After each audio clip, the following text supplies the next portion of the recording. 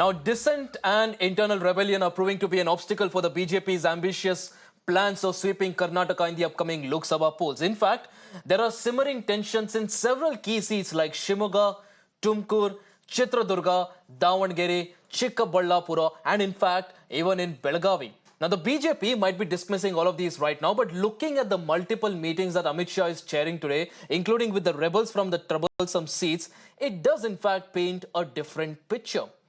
Shimoga stands out, in fact. Veteran BJP leader KS Eshwarappa's decision to contest independently from Shimoga against his own party BJP has in fact escalated tensions within the party.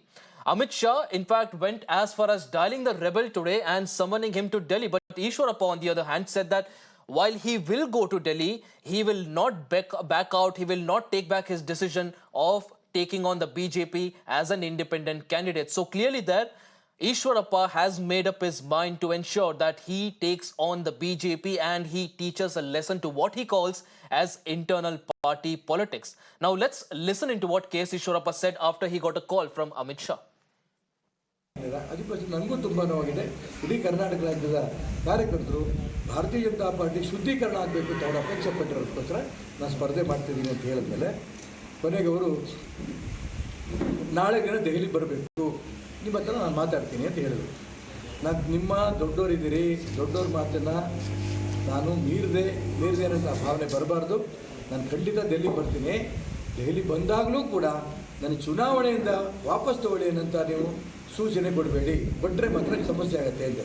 ನಾನು ಸೂಚನೆ ಕೊಡಲ್ಲಪ್ಪ ನಿಮಗೆ, ನಾನು ಪ್ರಾರ್ಥನೆ ಮಾಡ್ತೀನಿ ಅಂದರು. ಇವು ಭಾರಿ ದೊಡ್ಡವರು, ನೀವು ನನಗೆ ಪ್ರಾರ್ಥನೆ ಮಾಡೋಂಥ ಅವಶ್ಯಕತೆ ಖಂಡಿತ ಇಲ್ಲ.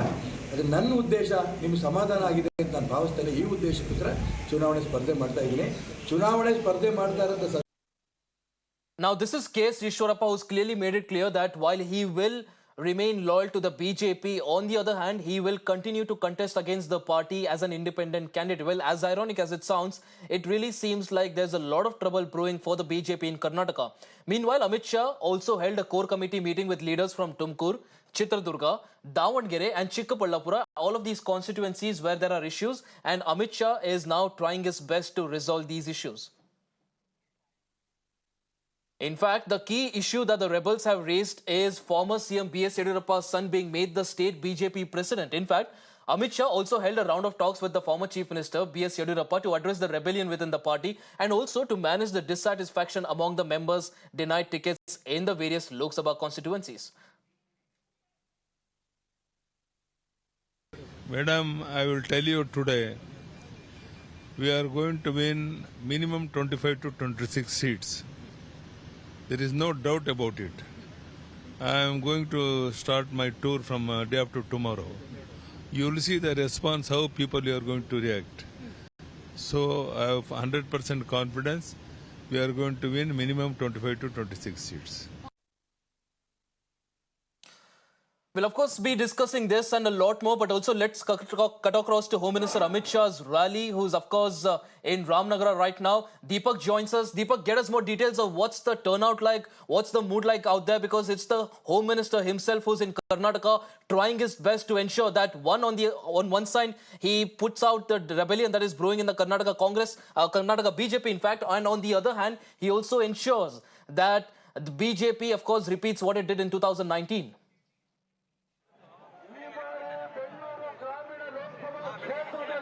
Well, after several hours of real firefighting and trying to solve all the dissidents within the BJP through the course of the day and also addressing party workers, here is Union Home Minister Amit Shah in Chandpatna, the assembly constituency that is held by JDS, HD Kumaraswamy, the former Chief Minister, of course the MLA, but the Lok Sabha constituency, this falls under Bengaluru Rural. And you have Dr. CM Manjunath, who's accompanying the Union Home Minister on the bus there, and along with the party president of the BJP as well. So this is a joint rally of the JDS and the BJP trying to take on the might of DK Suresh, who's of course held, or rather won from Bengaluru Rural multiple times, and the BJP really here, along with the JDS, the NDA, is trying to really spoil or dent the hopes of the Congress party in this particular constituency. Last time, mind you, for the Congress, this was the only Lok Sabha seat that they actually managed to win. So this combined effort by the JDS and the BJP, and you can see the sea of votes as well. ಮಾಜಿ ಮುಖ್ಯಮಂತ್ರಿಗಳಾಗಿರ್ತಕ್ಕಂಥ ಸನ್ಮಾನ್ಯ ಶ್ರೀ ಕುಮಾರಸ್ವಾಮಿ ಅವರಿಗೆ, BJP ಅಭ್ಯರ್ಥಿ doctor Manjunath ಅವರಿಗೆ, ನಿಖಿಲ್ ಕುಮಾರಸ್ವಾಮಿ ಅವರಿಗೆ, ನಮ್ಮ ನಾಯಕರಾಗಿರ್ತಕ್ಕಂಥ ಯೋಗೇಶ್ವರ್ ಅವರಿಗೆ, ಜನಪಕ್ಷದ ನಾಯಕರಾಗಿರ್ತಕ್ಕಂಥ ಯೋಗೇಶ್ವರ್ ಅವರಿಗೆ Of course, that was Deepak getting us all the details and of course what's happening on ground there. Amit Shah's mega roadshow. On one hand, Amit Shah is of course trying to ensure that the rebellion in the BJP does not spill over and affect his party's chances in the Lok Sabha elections. On the other hand, he's also trying to ensure that the massive support for Prime Minister Modi that was seen in 2019 also repeats in 2024. In fact, talking about what's the current affairs in the BJP, what the mood is like in the BJP camp and also the talks of rebellion in the BJP.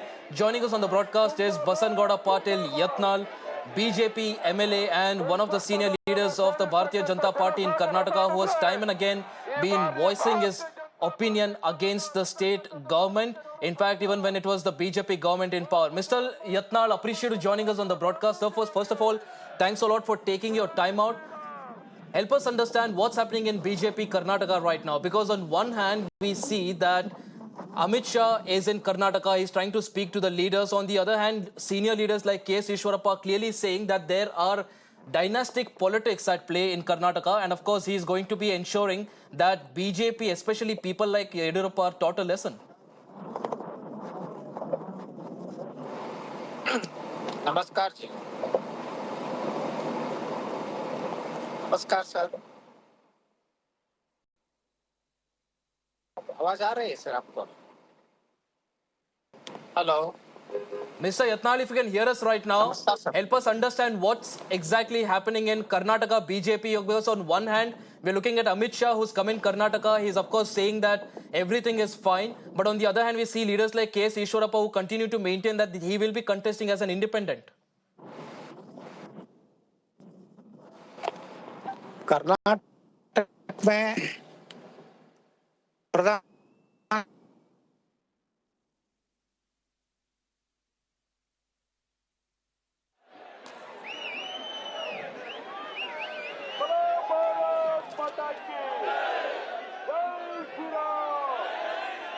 Right, of course, we'll try to get in touch with Basangauda Patil Yatnal, who seems to be traveling there, and there's some sort of a network issue.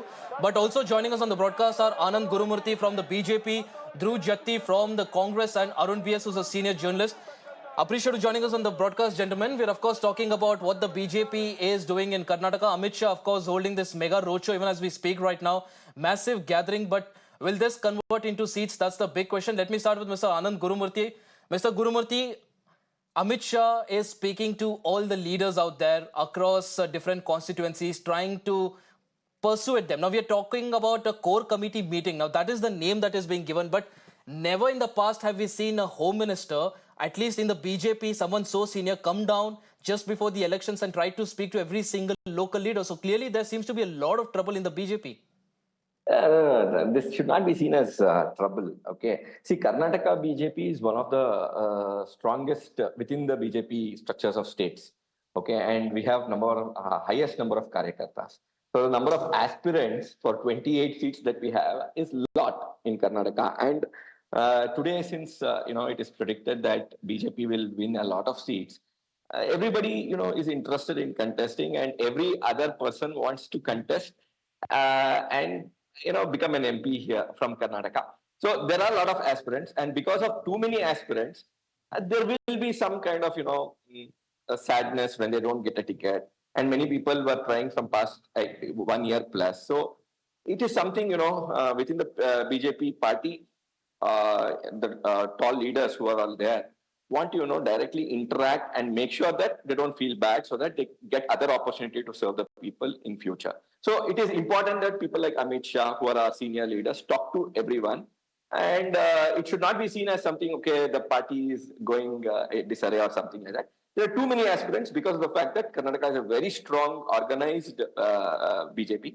And we have a lot of people who wanted to contest, and it has not happened, and that's the reason. That's it. Other than that, there's nothing else. But Mr. Everything is Gurumurthy, going in every a single very election smooth that we way. see, there are always a lot of aspirants, but we've not seen something like this happen. I'll come across to Mr. Arun BS on that. Mr. Arun BS, now is one of the reasons why the BJP is facing such a trouble is because before the assembly elections, the doors seemed to be open for everyone who was joining. All the Congress leaders were joining the BJP, the JDS leaders were joining the BJP, those who were not even in politics were coming and joining the BJP. And now, while at that time it looked like the BJP was going from strength to strength, now when it comes to giving the tickets, because ticket can only be given to one person per constituency, now seems like that is again backfiring for the BJP. Absolutely. This is for the first time in many elections that I'm seeing, such a lot of problems that the BJP is facing. The party with the difference is having so many differences in nearly every constituency. Every second constituency has a problem. There were problems before the announcement of the candidates. Now, some of those problems have been settled thanks to Mr. Yediyurappa and other party leaders. But still, even after the finalization of the candidates, there are so many constituencies, which are still facing problems. The candidates are not able to, do the campaigning in full flow. They are going to the houses of the, the rebel party leaders and trying to pacify them. But that is not happening. You have seen, you yourself have mentioned Eshwarappa. There are others like, Vishwanath and many others in other parts of the states. So BJP for the Madhuswami, we can keep telling leaders, names. Vishwanath, Madhuswami, Eshwarappa, Somanna. Yes. Yeah, that's what. In many constituencies, these problems are there. And how the BJP leaders are going to tackle this, I think is going to be quite interesting. And it's not easy. And this, the internal sabotage might give a big blow to the BJP in the electoral, calculations. That is why one of the main reasons Amit Shah came to Bangalore today was to assuage the feelings of some of these rebels. And he has spoken, as you mentioned, to Eshwarappa, and he might have spoken to others also. But what is the result going to be, will be seen in the next few days. But the efforts are on by the BJP leaders to assuage the feelings of these rebels. But many have said that, they are either going to, keep quiet and not go for campaigning. And others have not even said that. So, it's going to be a big task for the BJP, especially at a time when Congress is on a sort of a going to be a strong contender in this election, unlike the other elections, say in 2019. Right. Interesting point there, Mr. Arun. You said that the Congress is going to be a strong competitor, much more than what it was in 2014 and 19. Dhruv Jatti, before we head into a break, I'll quickly take a point from you. Help us understand what the Congress is feeling like. Because the BJP says that the Chanakya, Amit Shah, is in Karnataka. The Congress is feeling the jitters. DK Shivakumar says that no matter how many times Amit Shah comes, there's not going to be a single dent that he's going to cause as far as the Congress is concerned. But help us understand what's the feeling in the Congress right now, because half of the candidates that you're seeing right now where there's sort of a issue, half of the seats where are issues, people who were at the Congress earlier on, they are the ones who are causing trouble. So Congress right now must be having mixed feelings. You can't even hate out at them. You can't even go ahead and support them. Not necessarily, Ashish. The Congress is in a very comfortable position. The Bharatiya Janata Party state unit has the highest number of rebellions in the entire country. And let me remind you that there is a big difference between aspiration and rebellion, like the Bharatiya Janata Party spokesperson had spoken. Ashish, you tell me, 26 MPs, 27 MPs is what the Bharatiya Janata Party had in the last election. And if so, if they are on the front foot, please explain to me why sitting MLCs like Tejasvi Gaudia, why important Karyakartas from the Bharatiya Janata Party and the JDS on a daily basis are present in the Karnataka Pradesh Congress Committee office and making sure that they join the party right before elections.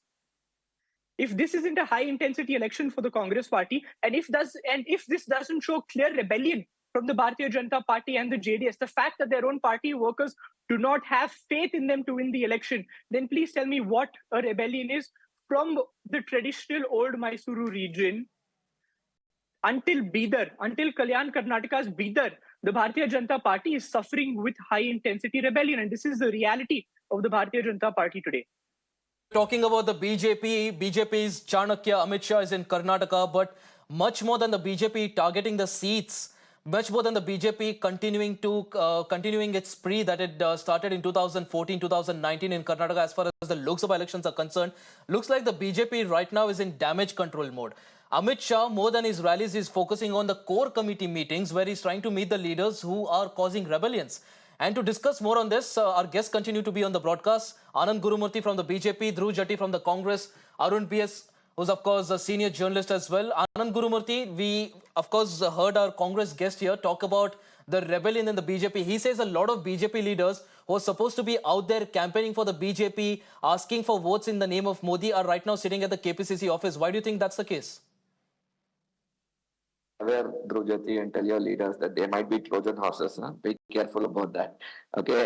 Anyway, on a lighter note, I said that. But frankly speaking, these are all not rebellions as such. But one thing I want to be very clear here. I have spoken to many people. Okay, who have left or who are unhappy. Everybody says one thing. Nobody wants to stop the ascent of Modi as the third in the third term. They are very very keen on that. Whether it is some people who have gone to the Congress now, or in the past we have seen, everybody knows the value of Narendra Modi as Prime Minister of India for the third time, and that is what is very important here. Maybe people are sad. Maybe people have spoken out also. Mr. Anand Gurumurthy, I'll have to interject you there. Sorry, I'll have to interject you there. But this is one question that the Congress has been raising for a while now. You mentioned that voters out there know the value of Narendra Modi. But the question that the Congress is asking is, how long is the BJP going to seek votes in the name of Prime Minister Modi?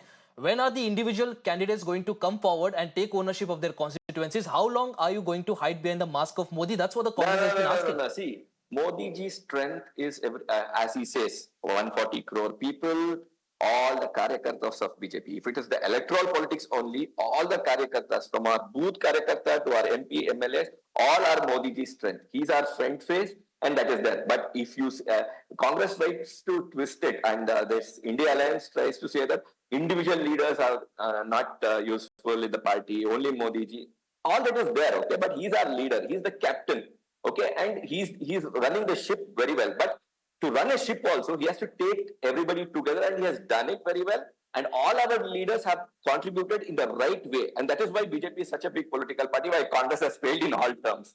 Okay, and this Congress has to understand. And unless and until they don't understand this, right, they can't even explain it. They'll keep blaming BJP, saying that there's only Modi face, Modi face. Okay, so maybe Congress needs to get educated in that direction. Only then they'll understand the value of the karyakartas and the leader when they work together, what they can make. That is what we have shown for the last 10 years, and that is what is going to prove us in this election. Mr. Dhruv Jatti, would you want to respond to that? Because this is clearly the BJP guest here saying that whatever you call BJP names, you say that their strategy is like that or like this or whatever it is. But at the end of the day, it's the BJP that is emerging successful as far as the Lok Sabha elections are concerned in Karnataka. So do you think Congress needs some sort of a course correction? Because of course the BJP, whatever formula it is, whether you can call it flawed or not right or whatever you call it, it seems to be working. Ashish, no course correction. We are acing Karnataka elections this time. And let's leave rhetoric aside. I will come to plain logic. Ashish, in the last election that happened in Karnataka over here, the Legislative Assembly elections, who was the main face of the election? Was it Yediyurappa? Was it Bombay? No, it was Prime Minister Modi. Right? What was the result of the election, Ashish? The Bharatiya Janata Party was blessed with only 66 Mr. Dhruv Jatti, it's not the BJP's problem. It's not the BJP's problem that they have a strong face at the center. Now the BJP will say that it's the Congress's problem that they don't have someone to match Modi. Ashish, if the BJP had a strong face in the center, why would they get 66 seats in Karnataka? I have a very simple question for you. But they also have over 300 seats in the Lok Sabha. And that is definitely going to reduce this time. And I will tell you something. In Karnataka, it is not about Modi. If you look at the statements that their own leaders like Eshwarappa has given, if they cared that much about Modi, why would they go and want to stand independent? If they believe that Modi should be the Prime Minister, you're talking about Eshwarappa. Dhruv Jatti, you're talking about Eshwarappa. I'll quote Eshwarappa here. Eshwarappa has said Eshwarappa has said that he might have differences with the leaders like Yediyurappa and other leaders in the state unit. But when it comes to Modi, Modi is someone that he's going to back no matter what happens. So clearly there is no difference as far as Modi is concerned. Ashish, forget statements. Let's talk logic. If you are a party karyakarta, you will contribute to the party in the seat that you belong to. He is standing independent. He is working against his party. That is a clear rebellion. And I will tell you, this is a large-scale conspiracy that the Bharatiya Janata Party has played out.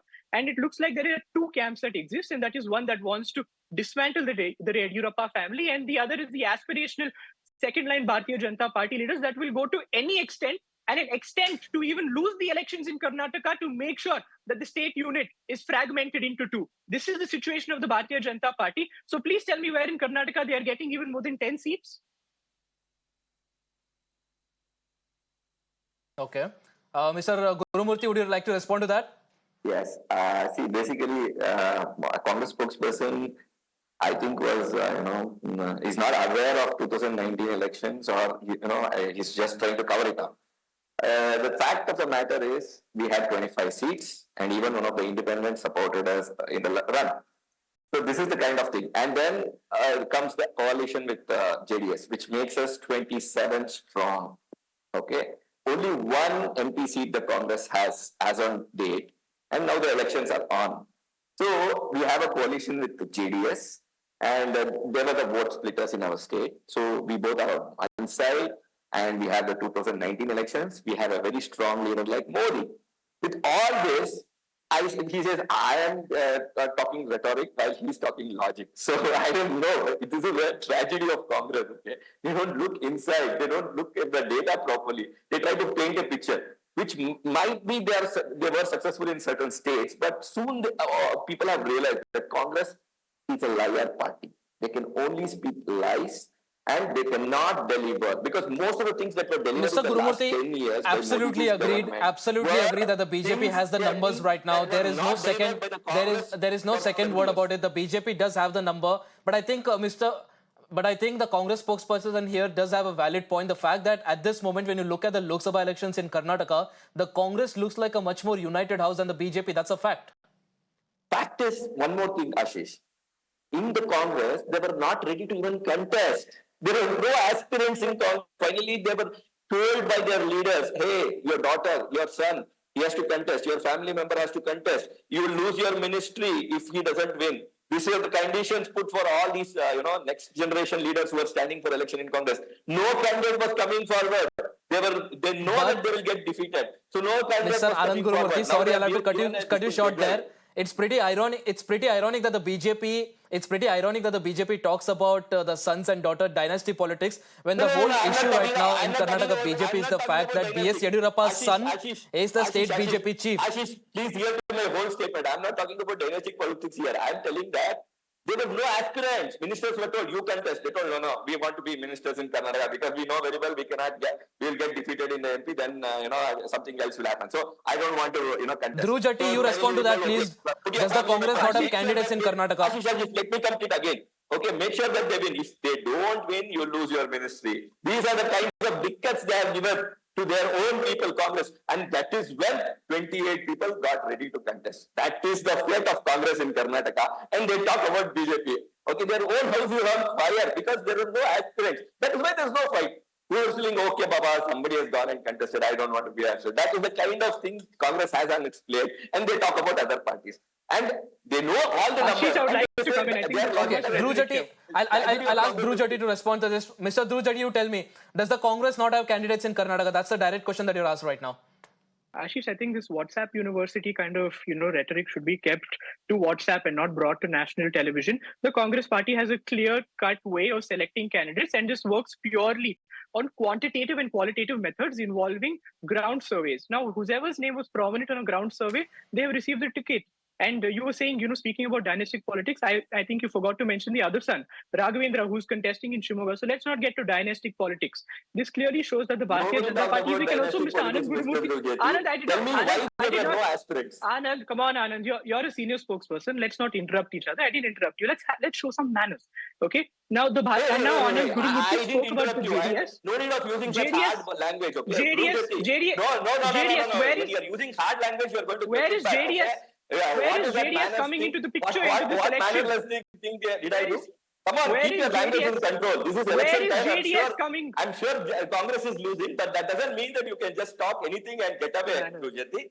Okay, you cannot use JDS such coming words into the on picture in TV. this Okay, election. see, if Where it is is manners according to your party to scold other people the way you want, then okay, accept it. But that's not the way. See, I just asked you one thing, okay? Where were the Ashish, where is the aspirants? Show JDS me coming 3 into aspirants picture in this every election? That is Right, my right. question. Mr. Anand Gurumurthy Where and is Mr. Dhruv Jatti, tempers seem to be flaring. I think there's a lot of tempers flaring right now on the panel. Let's slip into a short break. We'll of course come back to Mr. Arun BS, who's also very patiently listening to both of you. Viewers, we'll come back to that. The BJP and the Congress clearly very animated there, and of course this is going to be a tough contest. Our panel continues to be very patiently staying on with us as we track all the developments as far as the Lok Sabha elections are concerned in Karnataka. Mr. Arun BS, you're a senior journalist. You've been tracking elections for a long time now. Help us understand, how do you see this election? Because in 2014 and 2019, the BJP seemed to have a very clear strategy. There were candidates announced. After that, we did not even hear a single murmur except for a couple of constituencies. It seemed to be a completely set formula. But this time, it looks like every second seat seems to be having some sort of an issue. Yes, it's very surprising. I as a journalist had never thought that BJP would face such a problem even days after the selection of the candidates. Earlier it was not happening, as you mentioned. In fact, the candidates used to be selected many weeks in advance, unlike the Congress. Congress used to, only at the last day of nominations, Congress would come out with the list. But this time, Congress, some of the candidates were selected earlier. Even BJP's first list came much early. But then there were huge problems that the BJP perhaps never anticipated. Perhaps this was directed at Yediyurappa and his son, who were perhaps instrumental in giving the tickets to these candidates. But the way the party workers also joined hands with the leaders, and the Mr. Arun attempts BS, made I by think these I'll have to leaders. disagree with you there, because I don't think these problems were not anticipated. Because if you look at the pattern, even in the assembly elections, we saw pretty much the same leaders have an issue. In fact, Mr. Basangauda Patil Yatnal, who just joined with us at the start of the bulletin, he was one of those leaders who very clearly came out and said that the BJP is a party under Yediyurappa that has, in fact, involved itself in a lot of corruption. He continues to attack him. Eshwarappa, even during the assembly elections, was, of course, not at all happy. Even then, the BJP had somehow managed. So this clearly seems to be a pattern that the BJP has ignored during the assembly elections, and they seem to be now facing the heat for the Lok Sabha polls. No, considering the number of seats you have, Ashish, in the assembly elections, those were expected, but not in Lok Sabha, where the numbers are much, much less. But then, BJP, what I feel Correct. is BJP is really feeling it difficult, experiencing very difficult times in combating these rebellion among the workers and the leaders, because there are several leaders who are, in well entrenched positions. You mentioned Vishwanath, who is an MLA, and there are many others, who are in Hassan, the BJP General Secretary himself wanted the BJP candidate to contest from there, but then the seat has gone to the ticket has gone to the JDS there. So these are some of the many problems that the party is facing. It's not that the Congress is not facing the problem, but not to the extent that the BJP is facing. Congress is facing a huge problem. It faced a problem in Kolar and a couple of other seats also. And, the party was faced a huge problem in coming to a conclusion there, coming to a solution there, because the minister himself was involved. Exactly. Minister was, Now, I think the question that rises here is, how much of this is the BJP's own doing? Mr. Gurumurthy, help us understand how much of this is the BJP's own doing. Because, example, I'll give you one example. One of the seats there where there seems to be some sort of an issue is Tumkur, where V. Somarna has been fielded. Now, V. Somarna is a person who's pretty much, spent his entire political career in Bangalore. We're talking about Govindarajnagar, Vijayanagar, those areas. Suddenly, you shift a veteran leader like that out of there, you put him into a place like Tumkur. Of course, the local leaders who have been working there for years and decades now are going to face the issue. So, do you think the BJP has faltered as far as the strategy is concerned, or this chop and change strategy seems to have backfired? No. There's no backfire there. In fact, it's a calculated move from our end. And we know that Somana sir is going to win from there. And all the candidates, aspirants there who wanted to be candidates will back him. The reason is pretty straightforward. he's a veteran leader. You may say that, he worked in a constituency like Govindarajnagar, because I am also part of that. My house is in Govindarajnagar constituency, and it was Binnipete in the 1990s. So I have seen him grow as a leader. And there are a lot of people who have migrated from Tumkur and have settled here. So they have their roots in Tumkur. So it's a kind of a very big constituency. Bangalore South and, Govindarajnagar as a MP constituency, and Govindarajnagar as MLA constituency. Mr. Somana has a very wide reach in all these places, and the roots of many people are from Tumkur. So this is a kind of a strategy that we know that it will work. And Somana sir is quite an efficient leader, and he connects with the people in a very big way, and he connects with the Tumkur population also in the big way. Yes, there are some people who are, unhappy about the fact that they have not got the ticket, but they will be, smoothed out, ironed out, and, talked to, and our leaders will make sure that Tumkur street we win.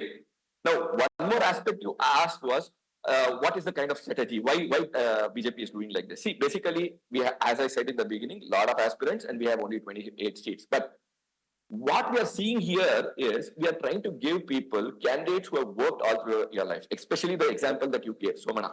He is a candidate, he's a grassroots level leader. Any this thing given to him, any work given to him throughout his political career, he has done it very well. You can see the constituency, Govindarajnagar. Okay, it is amazing place when compared to any other constituency in Karnataka. So these are the kind of leaders that have been selected and given opportunity to become MPs this time. So that is one point. The second point is, why BJP has done this strategy of giving the seats early on, even before the declaration.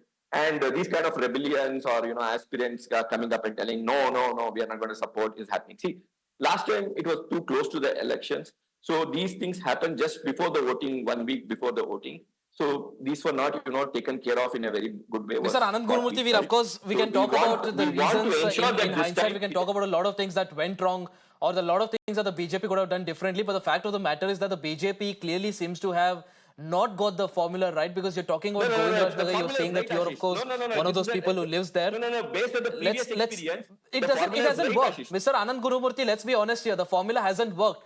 Mr. Somana was shifted from Govindarajnagar to he was shifted to another constituency. Mr. Somana lost both of those constituency. The BJP also lost Govindarajnagar. So BJP, just because of a simple formula that they thought would work, they lost 3 seats, and seems like they seem to be using the same formula this time around. No. This time it is totally different. See, this time we have enough time to ensure that we talk to the leaders who are aspirants there, and we will ensure that Somana sir wins. Okay, this is very important and is to be understood by But Mr. Gurumurthy, there are only weeks left for the polls. There are only weeks left to the polls, and your leader, Mr. Amit Shah, is still talking to the leaders. Now, you are saying... Last time we didn't have time like this, and we had 224 constituencies, a lot of other pressures were there. And, Congress guarantees... You still don't have the time, Mr. Anand Gurumurthy. Well, of course, we can keep talking about it. We can keep talking about it. We can keep debating about the BJP's formula, the Congress's strategy, and a lot more, and whether the alliance will work for the BJP or the JDS, and also the Congress, and how it's going to pan out and all that. But the factor here clearly seems to be that the BJP is facing a lot of dissidents within its own party. The BJP, so much so that Amit Shah himself, this is something that Karnataka BJP has never seen in the past. Amit Shah himself has come today with just weeks left for the elections. He is talking to every single leader who's upset, trying to ensure that the 400 par dream of the BJP remains intact. The BJP continues to sweep Karnataka like it did in 2019. All our panelists, appreciate you joining us on the broadcast.